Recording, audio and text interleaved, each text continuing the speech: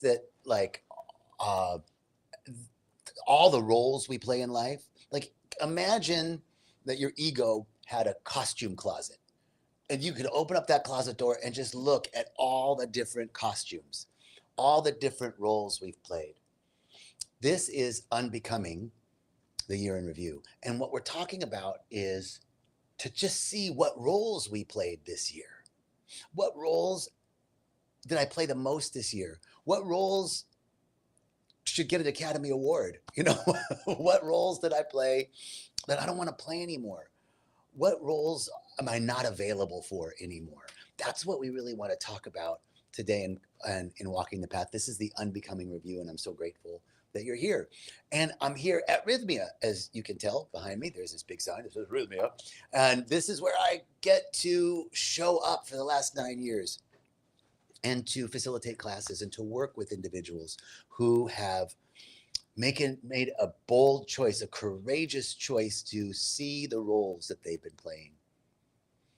And because a lot of those roles aren't working anymore. You know, they worked before, but they're not anymore. And sometimes it's so hard to take them off because we confuse the role with our identity. So this is what happens at Rythmia every week. People come, they see the roles that they've been playing, they see who they've become, and they get to merge back together with their soul, come back together, so that they can step boldly into their lives. That happens every week here. So what a beautiful way to start the new year. Come see us at Rythmia. Now, back to the topic, unbecoming. This is the year in review. So let's just take a moment and be clear right from the start that unbecoming is not about fixing yourself. It is not a self-improvement project. It is not a campaign to upgrade, you know?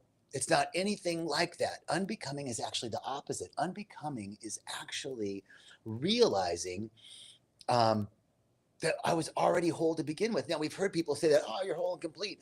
In fact, the spiritual industry, you know, there's lots of spaces that will say you're whole and complete, but the undercurrent is, but tomorrow you'll be a little bit more whole and a little bit more complete. In other words, you're not quite there yet.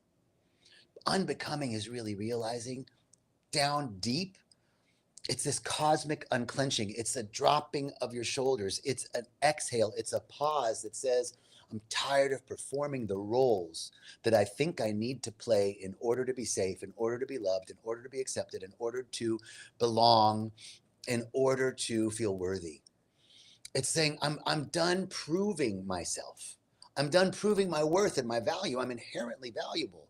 Nobody looked in your crib and said, you are so sweet, so cute, and you're going to be worthy once you meet your sales goal. Nobody said that. You were worthy and whole as you came in, and you didn't have to do anything to prove it, and that's still the truth today. But what happens is we go through life and, we start trying to improve. For me, for a lot of years, I was like, I was trying to become the best version of myself. Have you ever heard that? Anybody ever said that? I want to be the best version of myself. That means the current version ain't good. And that's the underpinning of this fix yourself trap that we get caught into when we seek to improve. Now, don't get me wrong. Improvement is beautiful. Expansion is gorgeous. The thing is, most of our desire to improve and expand is connected to a toxic belief that I'm not enough. Anytime you try and build and improve and expand on a lack, on limitation, on not enoughness, it's building a castle in the sky, castle on sand. It's building a house on sand, I think is what the biblical structure saying is. I would go to events like they were spiritual Disneyland. I'd highlight my highlights.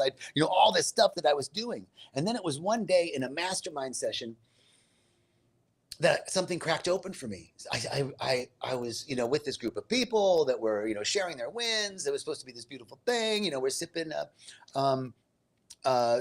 mineral water and somebody shares their success and everybody claps and I clap on the outside, but on the inside, I was like, I want that. Why is it them and not me? And then it was like, oh my God, I'm evil. I'm like, who am I? Who is this person? Jealousy and envy? That's not who I am. I'm a spiritual person. I'm this, I'm that. And that idea of jealousy and envy, it's the beginning actually of accepting ourselves when we start to see the patterns that we play in order to stay safe. And what I saw, and what I think you guys will see as well in this process, is something happened at some point in my childhood, and I made a decision that the way that I stay safe is by being perfect. The way that I belong is by pleasing people. The way that I feel worthy is, putting other people's needs above my own. These are the roles that we begin to play. Now, here's the thing. This little flare of envy, that's when I realized it wasn't about them, it was about me. Right? That's the thing. It's not about them. So life is the curriculum. When we start moving through life and we start noticing these unwanted emotions, comparison, fear, lack, worry, limitation, envy, jealousy, greed, right? We want to banish them. Well, those aren't spiritual. I shouldn't be envious. I shouldn't be jealous. I should be different. I'm not enough as I am. That's the rub right there. But the thing is, your jealousy, your envy, your not enoughness, your fear, your lack, your worry, your limitation, those are actually parts of you that you have exiled because they don't fit the image of who you think you should be.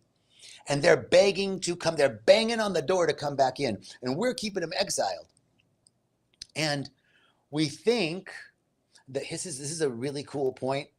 We think that healing my jealousy and envy is that I'll never feel jealous or envious again. Healing my not enoughness means that I'll never feel not enough again. Healing my fear of rejection means that I'll never be shy again, or I'll never withhold again. No. And this is the thing.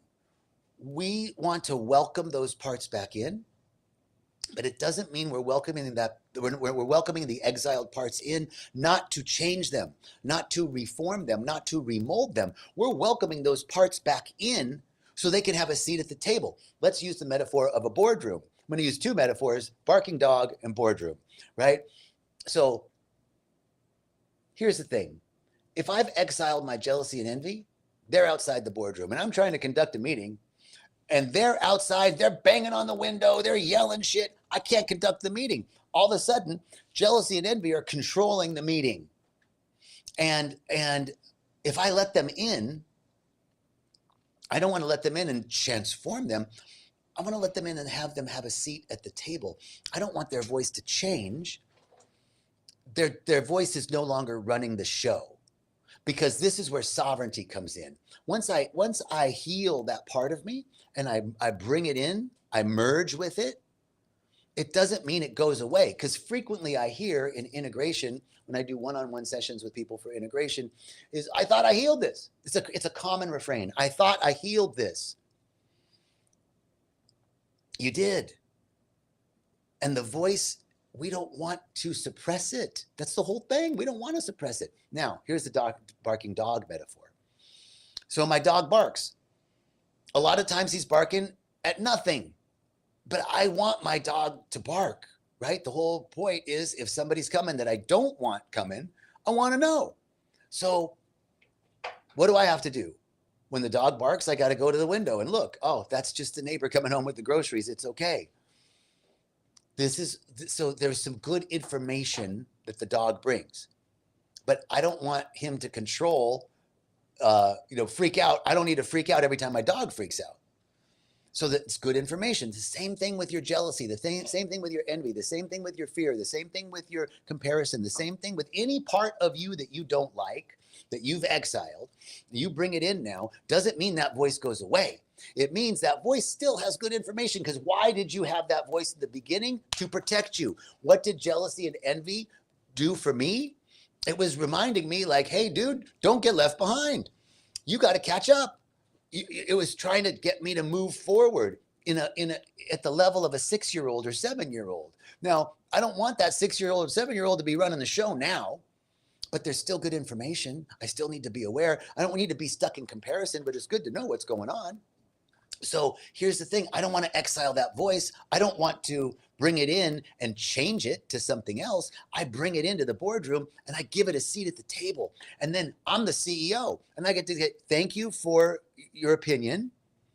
That's really good. I don't think it's valid right now, but I want you to stay on that and let me know if there's anything I need to be aware of, because that was good information. Thank you. That's sovereignty. That's what this is really all about. Unbecoming. So this year, as this is the end of the year, the end of the cycle, the end of a 9 year, so it's the end of shedding. You know, we're moving into a new 2026. We want to close 2025 powerfully. Let's look back. I'm encouraging you to look back at all the roles you've played this year. What was the role that you most played? Was it the peacekeeper? Was it the healer? Was it the one who had it all together? Was it the one that didn't need any help? Was it the achiever? Was it the quiet one? Was it the one whose needs, who didn't have needs? What role did you play? They were brilliant. They're brilliant roles. And typically every emotion, every role that we play has an emotion that we learned to avoid. Every role that we play has an emotion that we've learned to avoid. For example, the caretaker hides fear of being a burden. The peacekeeper, hides fear of rejection. The good one hides desire. The quiet one hides anger or need. The spiritual one hides humanity.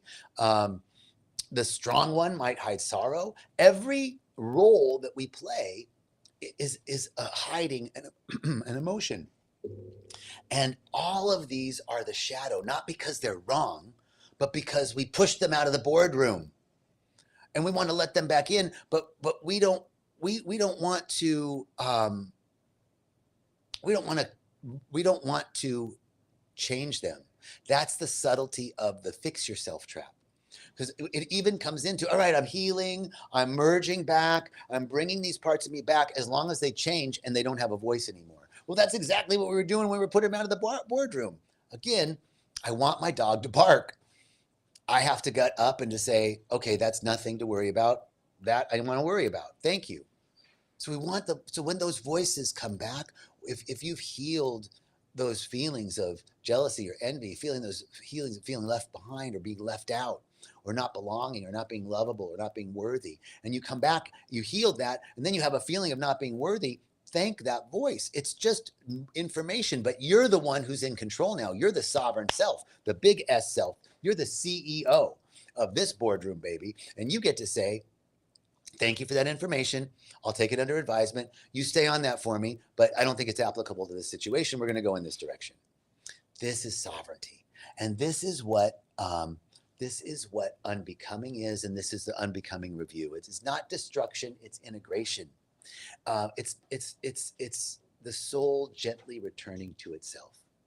So, I'm just going to check some notes here. Yeah. As you look back at the costumes that you put on this year, we want to meet the shadow. We want to meet our shadow, and we want to welcome it in, and we want to give it a seat at the table, and we don't want to alter its voice. We want to honor its voice. It's not the boogeyman. It's not the monster in the closet. It is the part of us that does have good information, but not all the time. And we now step into our sovereign self that still has a voice. It's just not running the show. It still has a voice. It's just not driving the bus. We're putting it in the back seat with some snacks, because that part of us that developed those coping strategies, those survival techniques, it was 6, 7, 8, 9 years old. That part shouldn't be supervising anything more than snack time at this point. We get to take control of sovereignty, right? We get to be sovereign. We get to decide how we're interpreting the narratives of our lives. We get to place our awareness where we want to place it. We get to create affirmative narratives for the things that happened in our lives. And we get to do that through inspired action. This is sovereignty. And it requires, like any good coach or CEO or leader of any sort gets information from everywhere, compiles that information, chooses what's valid, what needs to be used, what doesn't. This is the second part of this is the real part of integration. So when you see the thing that you've been exiling, when you see that shadow and you're doing your shadow work, here's the mistake of most shadow work is we want to bring it in to change it, which is the same thing we were doing when we were exiling it. We actually want to bring it in and give it a voice, but with the sovereign self running the show. So,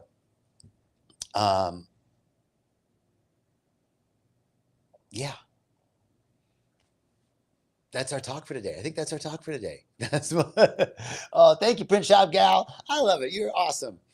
Thank you, everybody, for joining us. I'm so grateful and so thankful, and I'm sending you so much love on this beautiful mid-December day.